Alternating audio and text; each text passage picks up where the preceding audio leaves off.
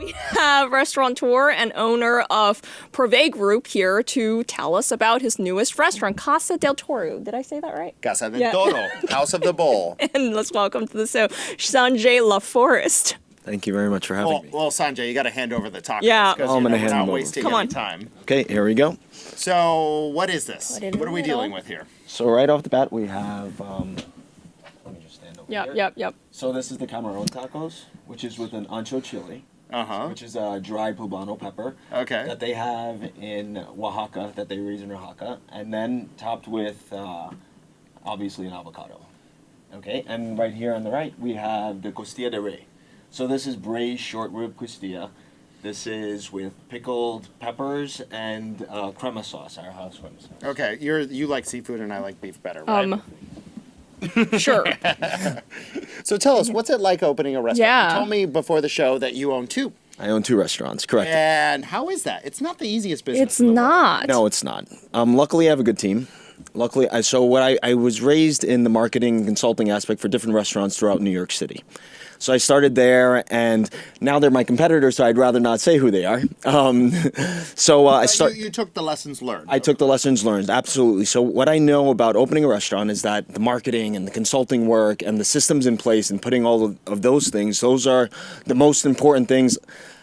Granted, the food is great, the concept's great, and let's say you don't have anybody who knows about your food or your concept, because I did read a statistic recently, actually, that said that from the day you're born till when you're 62 years old, you could go to a different restaurant in New York City. So that's how often they're opening and closing. Not competitive at all. Right, correct. So it's a Shark's Tank out there when you're opening a restaurant. But so far, so good.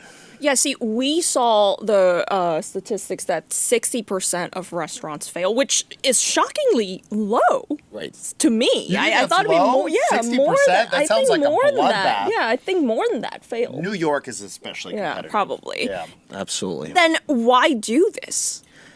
I enjoy it, number one. You like hard stuff? I like hard stuff, and I enjoy being in the Shark's Tank as well. But I'm good at we're good at what we do, and I can't say I'm the one who does it myself. I'm the one who takes the credit for it. But I have a very strong team behind me, a strong team of consultants, strong team of people who market the venues, strong team of people who implement the systems, the food, the chef, everything.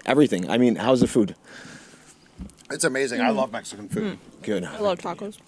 Mexican cuisine is one of the richest cuisines on the planet. Yes. And I feel like a lot of people do it poorly. Right. Yeah, there's so much bad Mexican So food. much, yeah. Yes. Yeah. But it's hard. It's a complex cuisine. It's not, burgers and fries. Yeah. No, It's absolutely. not something I can just put together in my Right. People think that you could just throw it all together and then that's it. Well, we have Oaxacan cuisine. So our tacos are based from Oaxaca. So Oaxaca is one of the most intricate, most complicated cuisines ever. And so like their mole, their salsa, for instance, has 52 spices in there. 52 spices. And people think that salsa is just tomato, lime juice. No, it's a lot more than just that. It's just you super put the cheese complicated. in the tortilla and put it in the microwave. Correct. Yeah.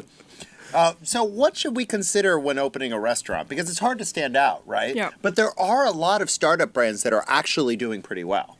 Well, I definitely think the marketing. I definitely think having the right systems in place in terms of the service is very important as well.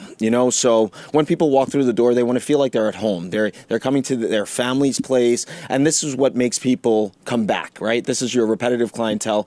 Plus, in New York City, I don't know if you know, but tourism generates $65 billion a year. So you have a lot of tourists in your restaurant. Absolutely. Yeah, We're- as well as locals. As well as locals. So In this case, say if I were a chef, which I'm not, but say if I were a chef and I think, oh, I make delicious whatever cuisine, but nobody knows about it. And I know nothing about marketing. I know nothing about how to sell myself. I just know cooking. Yeah, and how I do you love do it cooking. all? How do you do it? see, everybody just thinks it's about cooking, but there are It's systems. not. It's not. never Yeah. just about that. That's the problem. That's Right. why, as a chef, as an excellent chef, however excellent he or she may be, there's more. Right, Yeah. because you could cook the food, but imagine you have to cook for 120 people and that you have 20 orders coming out at the same time of different things, and you don't have enough, plateware and all that stuff. So it's a very complicated process, and the systems that you put in place are what makes you successful at anything. So, starting a restaurant in one of the biggest cities in the world isn't easy. There's a lot of rules and regulations. Costs are very high. It's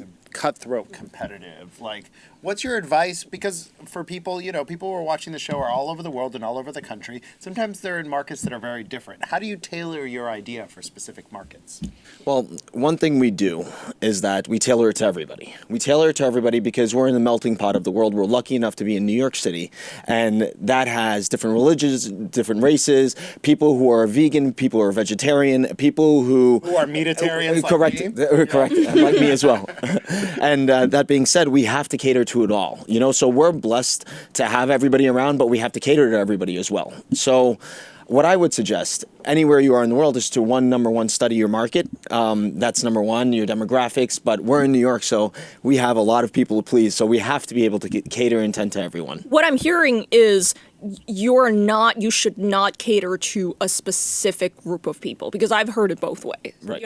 People say, oh, if you cater to everybody, you're catering to nobody. Correct. Correct. And then there's also, well, if you cater to this specific set of people, then you're leaving everybody out. And nobody can figure out, where is the happy medium? Because maybe there is none. So you're saying... I'm saying cater to everybody. Okay. Absolutely. Okay, one quick question because we're out of time. Go for it. Reviews. Make or break a restaurant. How can you put your best foot forward with reviews? Because those can burn you or make you very fast. Customers always right. That's what it boils down to. Even if they go on Yelp and say, okay, this sucks. As cliche as it might be, yes. Even if they go on Yelp and say it sucks. And that's why it's such a difficult industry, is because you have to swallow that. And you have to take it, but you have to also please them as well. And then hopefully you please every other customer that comes in based on their review. Well, Sanjay, that is some excellent advice for every entrepreneur. So thank you for the delicious tacos and taking the time to talk to us today. Thank you for having me.